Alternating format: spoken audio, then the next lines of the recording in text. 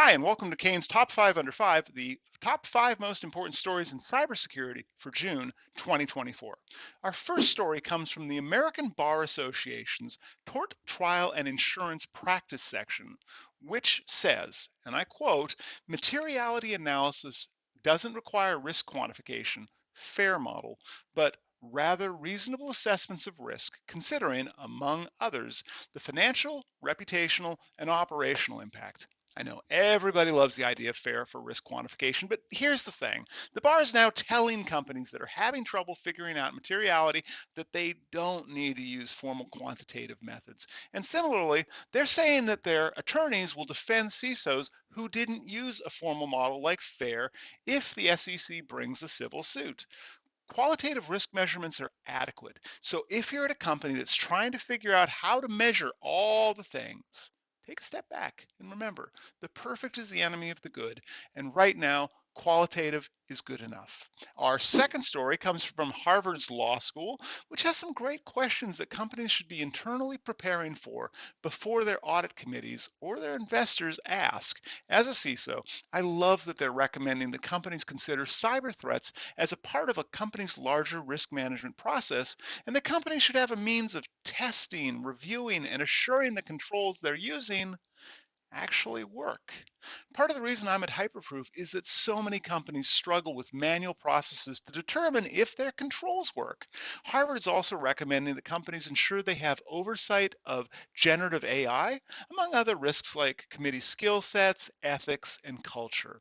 In a related story about the lack of oversight of AI, our third story is from a survey by ISS-Corporate, which found less than 2% of S&P 500 companies have explicit board or committee oversight of AI, and less than 1% have an AI ethics board.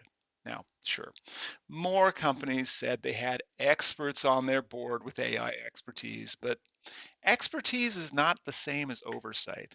And the SEC has been warning heavily about AI washing, which can be a product of overimaginative sales or marketing teams coupled with a lack of oversight. I'd expect with all the regulatory oversight and lawmaking that this is going to create problems for companies later this year, whether it's in the European Union or in Delaware's Chancery Court. Our fourth story is from Germany, whose DPA lined up their non-binding recommendations for AI with what the French DPA and what the larger EU are already doing. And it turns out it's all GDPR all of the time.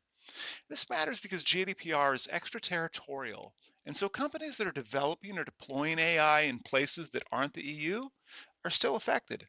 Companies will need to make sure that they have training around data scraping and processing and evidence of control effectiveness showing that their employees are completing that training and following the company's procedures. On a positive note, with the exception of the Dutch, who are doing their own thing, most of the EU is working towards a common compliance standard for the use of AI. And finally, our fifth story is out of Colorado, which recently passed their Consumer Protections for Artificial Intelligence law. This is currently the most comprehensive and potentially burdensome law about AI in the United States.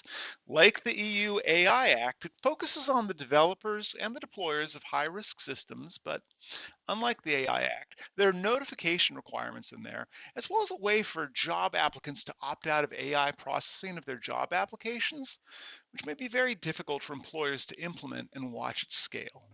Thanks for watching today, and if you're going to be at Gartner's Security and Risk Conference in DC, stop by the Hyperproof booth and say hello.